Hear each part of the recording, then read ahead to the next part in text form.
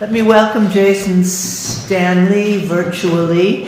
I had hoped he would join us IRL, and since a combination of his book, How Fascism Works, being a bestseller, and his announcing that he was leaving Yale University for Canada for obvious reasons, Jason has been so much in demand that he actually has forgot that he was hoping to be here in the flesh. But this is, I have to apologize because I also managed to forget that I had told him he was on tomorrow rather than today. So Jason, thank you for being accommodating, and I look forward to hearing your talk.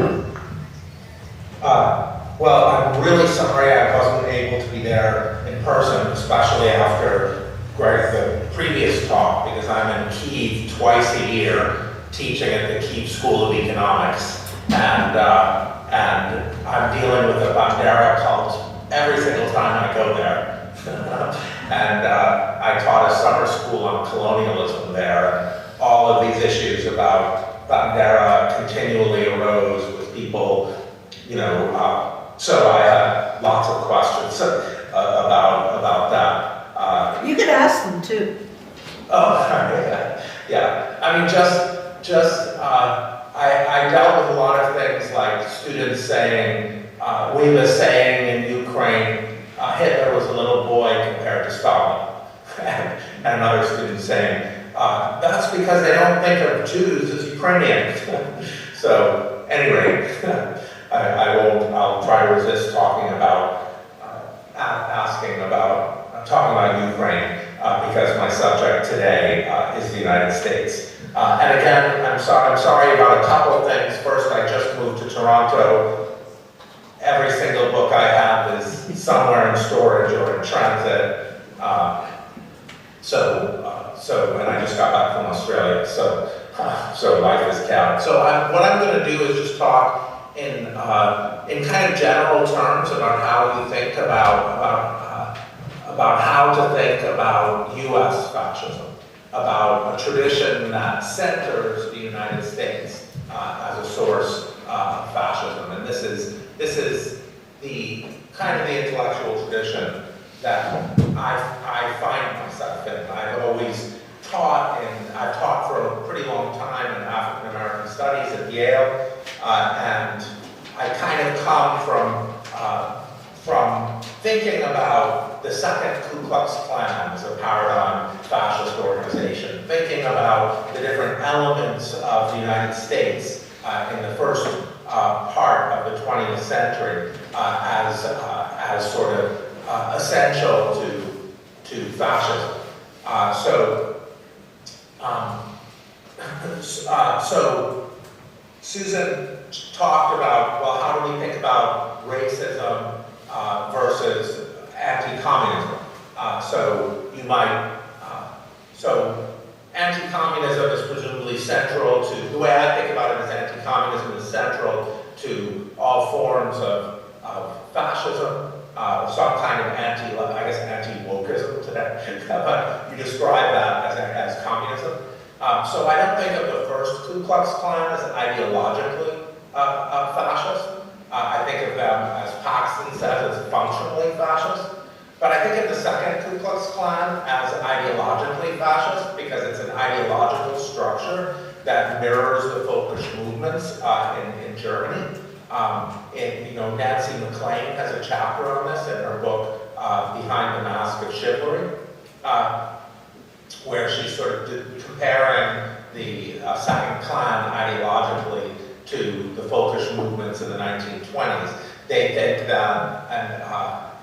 that there's a sort of Jewish conspiracy behind labor unions. I cover some of this material in How Fascism Works in the final chapter, in the discussion of unions, the right to generate the right to work movement. So you had this structure there, the second Klan, that ideologically is anti-Semitic, it's anti-communist, it declares itself as defending traditional values, highly patriarchal, treats labor unions as an threat, and says that Jews are trying to, I mean, okay, it's not the Rhineland. Second time is not, doesn't care, it's not talking about the Rhineland, but they are saying that Jews are bringing labor, are promoting unions in order to bring together, to have white people and black people mixing. I discussed at the end of how fascism works, but the guideline, the right to work movement that attacked, that was trying to target, that sort of now is sort of, this was a movement started, I believe, in the 50s, or early 50s or 40s, that has now come to fruition. That sort of legislation against labor unions. But his primary motivation was saying labor unions will force your white daughter, your white wife to work alongside a black person. So this structure, this ideological structure, is the second Klan. However, so that's kind of my, and then of course, now you see this quote everywhere, and everyone here knows it. But it used to be surprising to people. Langston Hughes in 1936 at the Third U.S. Congress Against War and Fascism said, "Fascism is a new name for that kind of terror the Negro has always faced in America. This kind of terrorism is extending more and more to groups of peoples whose skin is not black." As Robin Kelly, in his recent article in the Boston Review, points out, St. Clair, sociologist St. Clair Drake, who graduated from the Hampton Institute in 1931, worked with the NAACP and published articles in The Crisis. He joined, so I'm reading from Robin Kelly's article, he joined local NAACP Secretary James LaForge to disrupt a massive pro-fascist parade organized by the city's Italian community, Chicago's Italian community. The men boldly drove a car through the line of march bearing a placard that read, "We must protest against the celebration of aggressive war and fascism." So the point is, so there's a long history. Essentially, Black Americans, in the Black American tradition, Jim Crow is the paradigm of fascism. They use the term fascism even in Du Bois's Black Reconstruction. He uses the term fascism for Jim Crow. The Black press was, as everyone I guess here knows, the Black press was reporting on the invasion of Ethiopia from the very beginning. They very clearly viewed it as a racial, as a sort of racial, as a manifestation of racial hierarchy, as a racist endeavor, as Nancy McLean discusses, as Glenda Gilmore discusses in one of her books. She has this long description of the Black press following in the 30s, following what was happening to the Jews of Germany, up until Kristallnacht, when they said, okay, now it's as bad for them as it is for us here.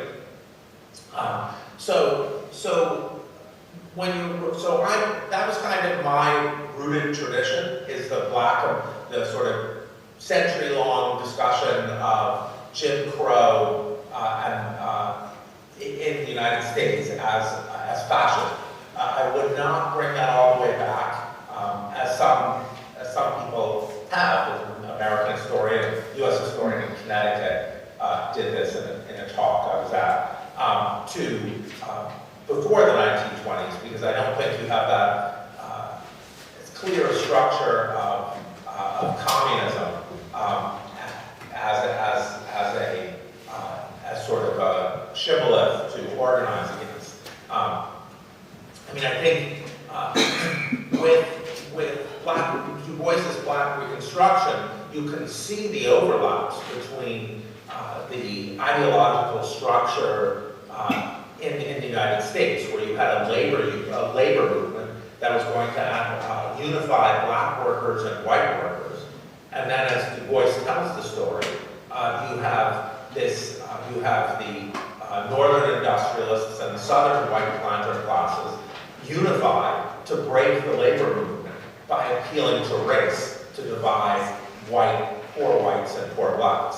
So that structure where labor unions challenge the wealthy industrial interests, and then you bring in race as a way to split the workers, in this case, into white versus black workers. You split them for power. That is a structure that is familiar Hitler's invading in Mein Kampf against trade unions. The principle of trade unions is people are linked by class. And what Du Bois and Hitler says, no, they should be linked by nation and race. And that's exactly what he's finding in Du Bois. Du Bois is saying the labor movement in the United States is a structure that labor movement in the United States was sort of bringing poor whites and poor blacks together, and then you had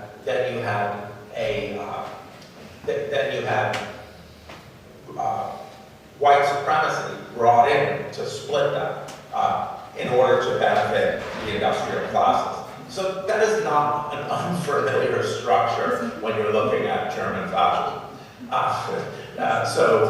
It's obviously white and black are not being used, they're only relevant insofar as we talk about the Black Horror and the Rhine, you have this structure of labor, of identity as a worker being contrasted with racial identity, and then racial identity being used as a weapon to break the identity of a worker. That's the story Du Bois tells of the rise of Jim Crow and the end of Reconstruction in the United States. That it was there. They used white supremacy as a way to divide the working class and bash labor unions and destroy nascent cross-racial labor movement. And then in the 1920s, you have that very explicitly with the Second Klan. The labor unions were supposed to be run by Jews to destroy the white race by bringing black people and white people together. The history of the labor movement in the United States is a much longer story that we have to leave for another time. But what this means, if you come from the Black American tradition, as I do, is that fascism is not centrally then about a cult of the leader. That's more centering the European fascist movements. German and Italian fascist movements. There are European fascist movements that weren't like that. But you have this racial structure of a racial hierarchy, violent, sort of semi-governmental. The KKK is a structure that is sort of they're the police during the day, but at night they don white hoods. So they're a kind of governmental, semi-governmental organization, and then you're doing it to preserve, white womanhood, the threat of the racial other. And then Jews are behind the move. Then there's the threat of liberalism, feminism, democracy that are meant to sort of destroy the nation conceived of as the white nation. Now, once we look at different countries, we see variations on that theme, but that's a kind of basic structure as I see it. Now, you have in the Black intellectual tradition a continued discussion of fascism, even well after Jim Crow, because Jim Crow tilts into mass incarceration. The United States is the largest prison system in the world. until El Salvador very recently, we had the world's highest incarceration rate. Most states in the United States incarcerate more people, have an incarceration rate higher than any country in the world. Ohio has an incarceration rate 10 times the level of Germany. 9 times the level of Germany. West Virginia's incarceration rate, I believe, is 10 times that of Germany. Tim Snyder and I teach a course together called Mass Incarceration in the Soviet Union and the United States, where we compare the prison system, the rise of the Gulag system to the rise of mass incarceration in the United States post-civil rights. So I think there are 8 states in the United States that incarcerate around 1% of their population. Last time I did the statistics in 2015. I think it's no doubt different now. We've got to look at the Russian-occupied territories of Ukraine. We've got to look at, there's a lot of factors, but in 2015, almost 10% of the world's prison population were Black American men. So when you look at the United States today, when you look well before Trump, you're looking at a situation where the formerly enslaved population is the most, certainly among the most incarcerated groups in the world. So the racial wealth gap is worse than it was in the 1950s. So so you need a different framework than the kind of classic European frameworks to theorize that, and that's what you see in theorists like Toni Morrison, for example, her 1995 speech at Howard University, Racism and Fascism, where she talks about, instead of talking about fascist regimes, she talks about fascist practices. And I think this is really essential in thinking, in sort of theorizing. It's essential to my thinking about fascism. I think first and foremost, not about fascist regimes, but about fascist practices. So, the U.S., well before Trump, was mass incarcerating its formerly enslaved population to, just a level that should shock the conscience of the world. There are around as many people serving life sentences in American prisons now as there were incarcerated in jails and prisons in the state level and federal level in total when I was born. So how this escaped the attention of the world is beyond me, but so Toni Morrison says we need to think about fascist practices. She says the United States has often preferred fascist solutions to national questions, or national problems. So I think of fascist practices as sort of targeting national minorities, targeting political opposition, targeting having a dual state. So if you compare the concept of a dual state to Du Bois's discussion of the two systems of justice in Souls of Black Folk, you can see they're extremely similar. Du Bois says, look, there's one system of justice for white people in America, and there's an entirely different system of justice for black people. And so those can be kind of, so those structures, those fascist structures are central to the United States. And then you can, fascist structures and practices.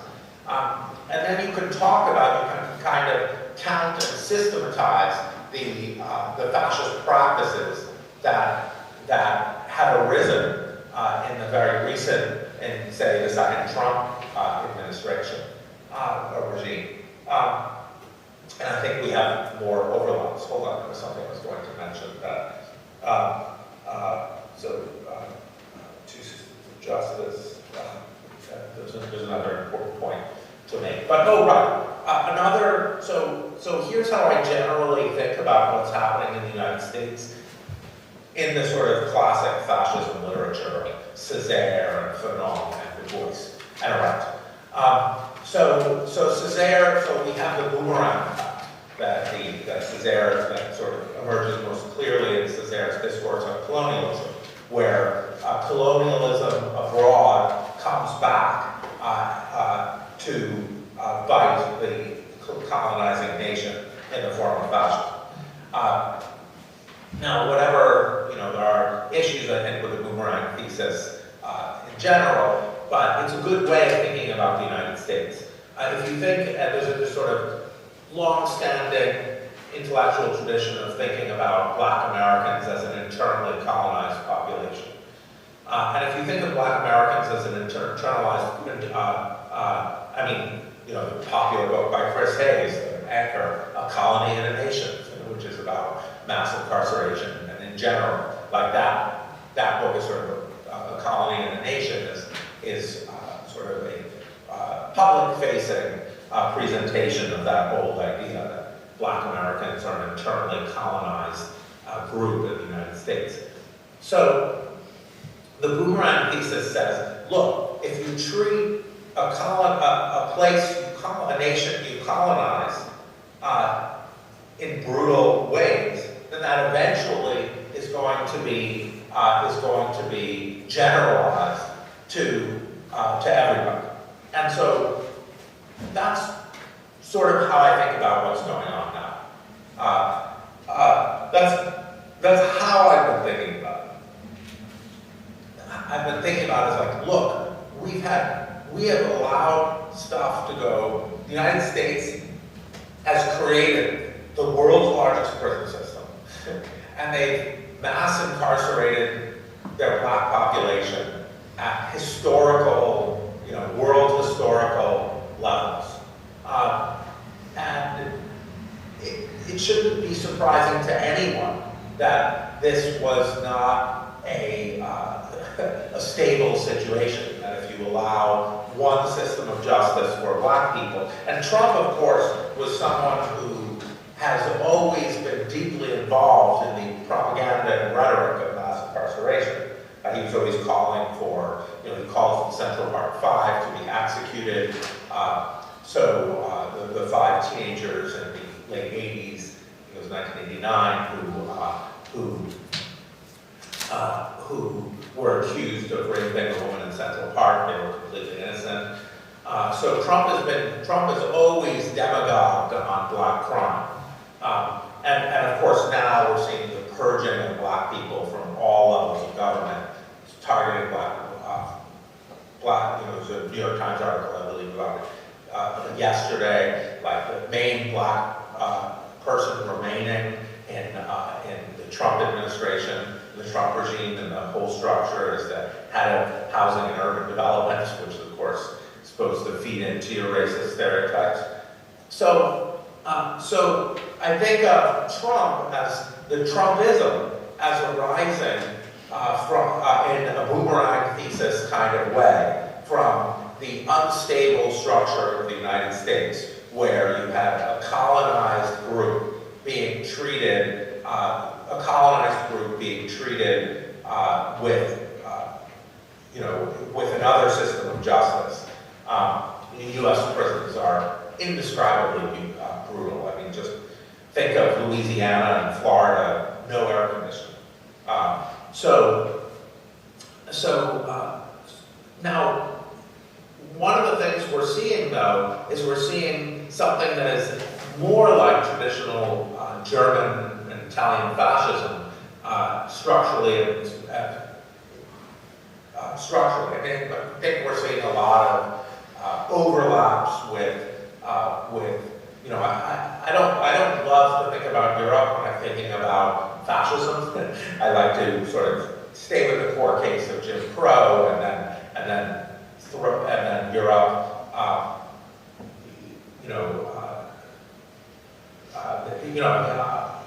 Okay, that was a provocative comment and to provoke, but so I don't expect that.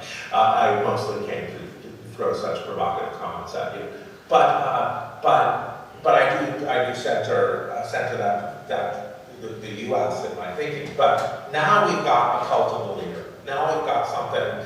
We don't have a Jim Crow structure, which is not a sort of big daddy kind of fascism.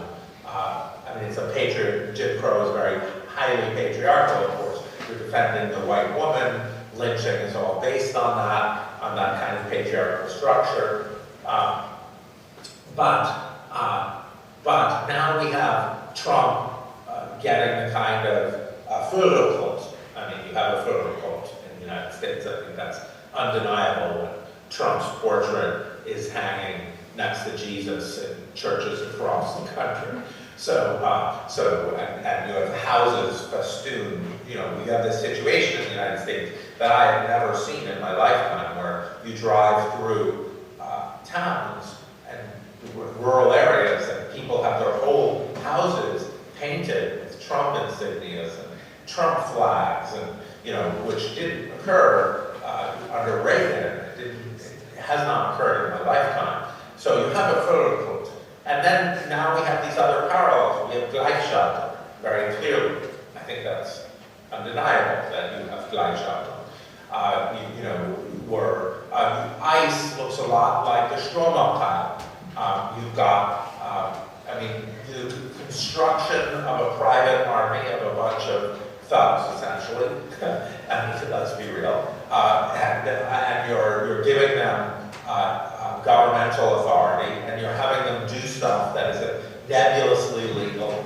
I think, the acts they're doing fall under no clear legal structure. They're the police, but not the police. They're not constrained in the ways the police are. Their hiring requires a loyalty oath not to the Constitution, but to the Führer. So that looks very European. I mean, it also looks like the Ku Klux Klan because they're masked, right? Brian Stevenson's made these points.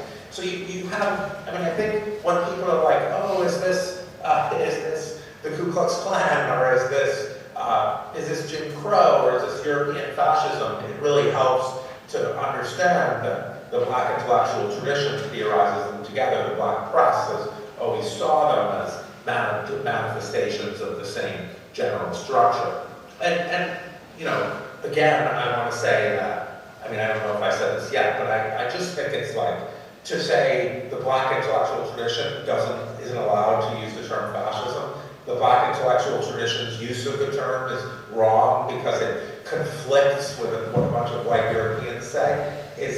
To me, I can never do that. I think this is a tradition that has been using the term fascism forever, and you just have to, it's a premise of mine that is a legitimate core use of the term and concept. And I think it helps explain, it's explanatorily very central. It explains things to me, putting together these disparate literatures and saying, okay, we want a concept of fascism that makes sense of this very lengthy Black American tradition of talking about the United States. So in that way, the way I think of it, and following Toni Morrison is sort of that speech is a huge influence on me, racism and fascism. Thinking of it in terms of thinking of fascism in terms of practices, thinking of fascism, and it's not like you have to think about ideologies versus practices, because ideologies are made up of practices. This is, thesis 3 of Althusser's Ideology and Ideological State Apparatuses, is that ideology is material. So ideologies are made up of practices. So what we're seeing, when I look to see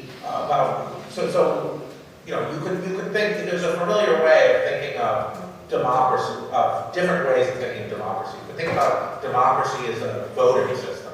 You can think of democracy as a set of institutions. You can think of democracy as a culture. Now, of course, cultures and institutions go back, are overlap. But I think of fascism, when I theorize or think about fascism, I think of it as a culture. And I think of a culture as a form of life in the sense of Rahel Yeagi's work. An interlocking structure of practices. And so when I look for a fascist culture, I think what Morrison is telling us is the United States though nominally democratic in 1995, has a lot of fascist cultural features. And now we're seeing, and you're not going to be able to get a coherent or consistent, there's always going to be deep internal tensions in a society when you have a sort of facially democratic structure, facially democratic ideology with a lot of, with the world's largest prison system that is directed most against the national monarch with no clear system of justice regulating what happens. So, I mean, I should say my mother was a court stenographer in Manhattan Criminal Court for 33 years, including during the Central Park 5 case. And she always made the analogy between, in her case, between her experiences in Germany, which to be fair, she was in the Gulag and then moved back to Poland in 1945. So she was talking about her experiences with Polish anti-Semitism after the war, which weren't technically fascism, but she was always like, wow, look at what's happening here. So she just saw, anyway, let's go into that more in detail. But, so if we think about fascism as an ideology, if we think about ideologies as sets of practices, and we think of fascism as an ideology as a set of practices, then if we want to look for the rise of fascism, then we want to look for which practices exist in a society and how widespread they are. And it's not going to be a stable situation to have a society with so many fascist practices to pretend that it's a democracy. And so, just like the boomerang thesis would tell you, but this time applied within one country, thinking about Black Americans as an internally colonized population, you would think that I think we would expect what we're seeing now, which is people saying, let's end the hypocrisy. Let's stop the sort of like pretend thing and just have open racism. And and this makes it extremely difficult. It's hard to, so I do a lot of public facing work, and it's extremely difficult to speak responsibly in the US about what is happening, because you can't throw Black history under the bus. You can't be like, and this was a fault of, I think, Tim Snyder's on Tyranny, where he was like, oh, Americans are innocent. He didn't it wasn't like this European structure came to America. I mean, that's an utter, farcical description. You have to respect the fact that, like the 1990s, when violent crime in the United States starts dropping in 1990, this is not, sorry for the hand, Jews make a lot of hand gestures, so that doesn't work on Zoom. But, violent crimes, so lots of white people in America are like, oh, the 1990s were great. Well, in 1991, violent crime started precipitously dropping. I always ask my students in my classes on mass incarceration, in what year did violent crime start dropping in New York City? And under what mayor? And they say, Rudy Giuliani. And no, it was David Dinkins, the first Black mayor of New York. Violent crime started dropping like a stone under David Dinkins. I mean, so throughout the super predator theory, the theory that young Black men were genetically predisposed to crime, and that the rise of young Black men was going to lead to our cities being awash in blood by 2010. Prediction that, let's just say, it didn't come out to be true, because 2010 is some of the lowest reported rates of violent crime in U.S. history.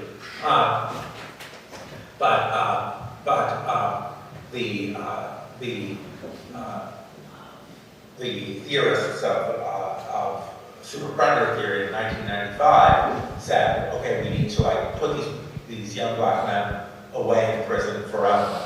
And one of them was a professor at Princeton, a Black man, his name just now, just because I'm very tired, but he has this piece called Your Black Problem, My Black Crime Problem and Yours from 1995. And it begins by saying, violent crime has been dropping lately, but cork the champagne. So see if I can catch his eye. Wild biological prevention. So the 1990s were a time of horror for Black Americans, poor Black Americans.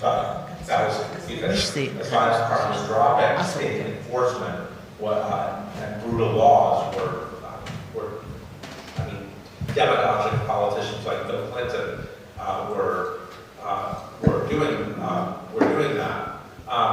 So you have to. I'm just going to wrap up right now. Get Jason, because we want to have some time to discuss. Okay. Just to finish one last sentence. So in talking about the United States, you can't be like, here's this new thing. You have to respect the past. Okay. And on that one. Thanks very much. I don't know if you can see me, probably not, but I can see you. And I want to push back a little bit. I am the last person, well, first of all, I had two questions. One of my it sounded like at the very beginning you were equating being anti-woke and anti-communist, and you can't possibly mean that, I think. So I would help. I mean, that is what Donald Trump says. He equates the two, but I'm sure you don't. No, I can't see it from here. Sorry, he can see you, I said. Oh, okay. But I just a veiled barbecue. Pardon? It's just a way of what? A veiled barbecue. Yeah, okay. But I trust you know that it's not a... So what I'm saying, Susan, what I was saying was, and not to... what I was saying is, that the anti-woke movement, what you have is, I think across the West, is people say, using quote-unquote wokeism, I don't really know what that is, but using quote-unquote wokeism as a way, like a functionism. No, I realize that. I can send you a book if you'd like to know a little more about it. So, okay. But that's really not the main point that I wanted to make. The main thing that I am concerned about in your talk, I was also concerned about, and I reread your book preparing for this, and it's the worry that you're equating racism and fascism completely. Now, I am the last person in the world to deny that anti-Semitism is a form of racism. I say it here all the time, and the Germans, excuse me, I can't hear myself or anybody else. I get in trouble with Germans all the time for arguing that anti-Semitism is a form of racism and that one is not worse than the other. No, that I'm with you, but I don't think that anti-Semitism is the essence of fascism. And I think it's really a problem to see it that way. But if that's true, then I don't think that racism is the essence of fascism. So I'm asking what else... we all agree that racism is an essential part of fascism, okay? But there's also this very complicated structure with anti-communism, which I am trying to figure out. And it looked like you were arguing in the first part of your talk that racism was an instrumental way to attack multiracial workers' coalitions, okay? But not an end in itself, right? Okay, but then it looked as if you were saying, no, it doesn't matter what political purpose racism serves, racism is just there, and it's fascism. So I'm wondering if you can talk about, okay, that's what it seemed to move into. So I'm just wondering if you could talk about what else besides racism you consider essential to fascism, whether European or North or South American, and what the relationship to communism or anti-communism is. Right, great. So I wouldn't call the antebellum South fascism because it's you know, I mean, there are obviously Hitler admired that antebellum South is discussions of Ukraine or, you know, indigenous genocide, but none of those things are fascism because you need this structure of you need this structure of appealing to the business elite, to you know, I think you need the whole trade union element. I think you need this specter of communism, the use of a sort of, and this is, you know, it's going to get into some part of your first question. I think you need this boogeyman, the Bolshevist boogeyman, and then you have to say, okay, actually the liberals are Bolshevist boogeymen that threaten your traditional way of life. That's how you bring the old right in to support the fascist movement. So the old right are not themselves fascist, but you lure them in by saying, oh, guess what? Behind liberalism is in fact Bolshevism, something like that. So you need that much richer structure. Now what we see, and this is where we get to your first question, what we see is that the right worldwide, or maybe not worldwide, but certainly in the United States, and I think in Germany, uses wokeism that way. They say, look, I mean, Charlie Kirk is a great example. Says, you know, these things are really communism. Like cancel culture is really Yeah, but it's bullshit. I mean, that's just yeah. throwing. But that's how they're using it. I know. Yeah, but we don't need to follow them. Right. Yeah. That's how it is. So I think you need that structure. You need like everyone opposed to us is something like is a communist, is a Marxist.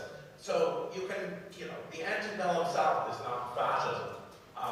It's racism, but it's not fascism. But what are you then saying? You're saying Du Bois said it was fascism. Du Bois is talking about Jim Crow. Okay. And Jim Crow, Du Bois's book is 1935. I know. Yeah, right, as you know. So, I mean, the NAACP, the black press throughout the 1930s is calling Jim Crow fascism. And they're talking about a structure that is anti-Semitic, that is anti-labor union, that is, again, I think Nancy McLean's chapter on the Second Klan is great on this, because she's, it's really hard to ideologically separate the Second Klan from folkish movements in the 20s. So. Okay, well, we could go on for a while, but it's not fair to other people. You see, I'm not saying racism is fascism. I mean, chapter 10 of how fascism works is about labor unions. I know. Yeah, I know. But anyway, I could go on for a long time. It's not fair to everybody else. Richard Wallen has the next question. Thank you, Susan. I'm going to try to be succinct because I'm sure other people have points they'd like to raise. And I'm also, if you excuse me, will kind of play devil's advocate to kind of sharpen the differences, et cetera. But as a sometime scholar of fascism, I mean, I find this presentation really superficial and elusive, imprecise. I think you very much, I think it's constructive in a way, but you cherry pick the evidence. You have this text over here by, Morrison from 1995, which I know, that because Toni Morrison says something in 1995, it has to be the case, and we can't doubt it. But Toni Morrison, as great a novelist as she is, has said many things that we are not going to accept as true as scholars or in the public sphere as thinking, men, women, and other. There's a whole tradition of fascist scholarship and a political sociology of fascism that's, it's a heuristic, but it's very specific about social structure, and class and status and economic problems, etc. It's a specific conjuncture, and it's very helpful. It's a point of departure. And really, in your presentation, which I would have liked to have believed hook, line, and sinker, you don't make any reference to this tradition. It doesn't seem to inform your argument. There's something very off-puttingly postmodern about this, is that we can kind of coin and reinvent concepts and make anything we want stand for anything, almost anything else, and get the word fascism in there. And despite a vast... Excuse me, I'm almost finished. Excuse me, Jason, you talked for about 65 minutes. I'm on my last sentence. You know, it just... One sec, Jason, just let him, give him one more minute, and then, of course, it's the same respond. thing, because a certain segment of intellectuals, be it the boomerang effect, or be it a tradition of black intellectuals, happens to use the word fascism to describe the conditions. This can be helpful and illuminating. It can be a stimulus to debate. But it doesn't make it fascism by any means. And I think that the better part of scholars of fascism would have a problem with that with this approach for similar reasons. Okay, Jason, please reply. Yeah. All right, so I'm going to remove all of the invective, which most of your question was just involved, and just focus on the issue of how we think about different traditions of talking about fascism. Césaire, Du Bois, and Arendt are all theorizing the boomerang effect. Part 2 of Origins is called imperialism. So, it's not like these are distinct traditions or radically distinct traditions. Where I come from is a tradition that is just as prevalent as the Eurocentric tradition to which you refer to. It's not like I don't teach Adorno. I obviously teach the half-scale right-wing authoritarianism, all of that social psychology structure. I teach multiple fascist literatures, but right now my purpose is to precisely say to people who are rooted in a much more Eurocentric tradition that there is a lengthy other tradition. And I don't think it's another tradition. I think it overlaps. Jason, these are all labels. They're not arguments. And they're not evidence. I don't know what you're talking about. I actually don't. I mean, let's do some philosophy of language. So how do we figure out what we're trying to do is we're trying to describe a social kind. And now there are different traditions of using a term. They might end up describing different social kinds. They might describe the same social kinds from different perspectives, emphasizing different parts. My work starts with 100 years of black intellectual tradition, including figures like Césaire, Fanon, Du Bois, who use the term fascism, who theorize about the rise of National Socialism and its relation to colonialism. And there's also a tradition in the Frankfurt School. I don't actually think they're wildly different. I think something like I think colonialism occurs in both traditions centrally and in similar ways. But what you're saying is, well, scholars are the white people who look at fascism, and those other people, like Toni Morrison, I believe you said she's a novelist and not a scholar. So it's actually her asset. She's a wonderful novelist, but I actually do not, Toni Morrison's essays, not her novels, are the ones that most influenced me. So I come from that tradition. Now you might say, okay, that tradition is superficial. You have to center, a bunch of white scholars who center Europe. I would just say, the way for you to listen to my talk is to say, okay, let's hear about that way of thinking, of using the term fascism. Let's think about the social kind it demarcates, and let's think about its relation to the literature I start from. That would be a more productive way rather than flinging invective. I think Ben Zachariah wanted to say something directly to this discussion. I think I just have one question. What is the black intellectual tradition? So, I mean,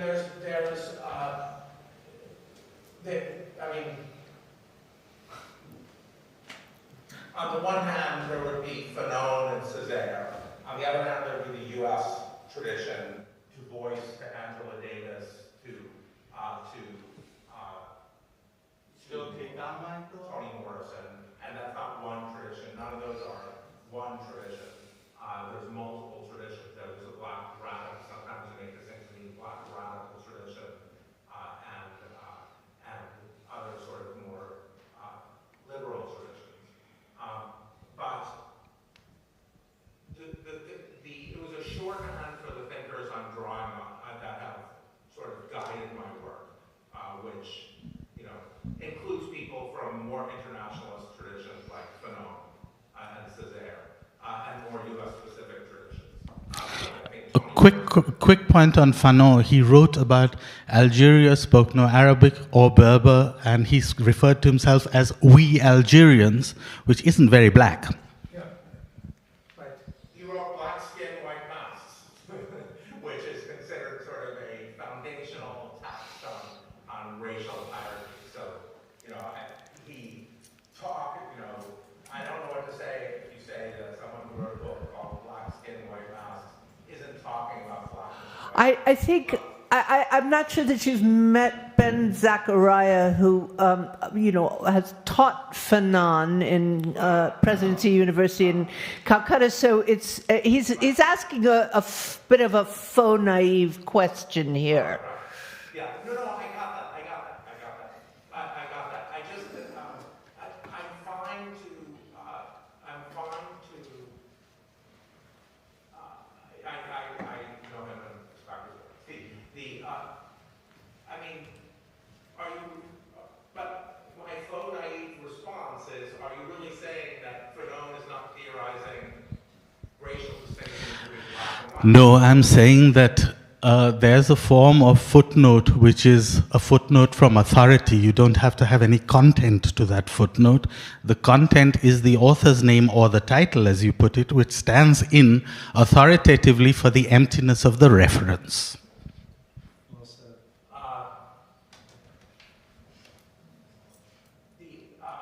Can you expand on that a bit? I could talk for days on Fanon. I'm simply saying that the question of providing a reference, which then is symbolic and hangs in the air and rests on the authority of the writer, or of the tradition, as you call it, the black intellectual tradition, or the symbolism of the empty white bookshelf, or any of these things, is something which is meta-discursive. It's not actually helping us. You did my whole talk without talking about the black intellectual tradition and simply talking about the authors that I was drawing on. So I didn't draw on Fanon in this talk, I drew on Césaire. So when I talked about the boomerang thesis, I drew on Du Bois. If you're objecting to my use of the phrase the black intellectual tradition, that is I take that objection. But I don't think and that's a fair point. It's sort of a fairly common phrase in the circles in which I roll, but I'm fine not to use it. I mean, I drew on, in my remarks, I drew on Du Bois heavily, I drew on Césaire, and I drew on Morrison. I didn't specifically even advert to Fanon. Last question, Mario Kessler. Okay. Short question, which for a short answer. Mentioning Du Bois, I wonder how much you are familiar with an initiative. This was, among others, conducted by W.E.B. Du Bois and Ralph Bunche in the early 1940s to bring refugee scholars from Germany to historically black colleges in order for teaching of European fascism. Among those were John Hertz, who was later the instructor of Andrew Young in Howard, and also people at Atlanta University, which was at this time a historically black college, Osip Flechtheim and Hilde Weiss. And Atlanta University had a journal, Phylon, which was particularly designated for the purpose to bring anti-fascist discourse from African Americans and from refugees together. Thank you. Yeah. I was not aware of that specific, but of course the Boys hosted the Atlanta conferences year after year there. But I wasn't aware of that specific initiative, and that is, I think, more fodder for the perspective with which I take. I take the criticism of there is no one uniform black intellectual tradition, and using that, I should have just, one uses that phrase a lot in American academia, but it's really, Fanon played no particular role in my discussion today. But yes, thank you very much for that last point. That's the overlap that was so clearly seen in the 1930s between by the NAACP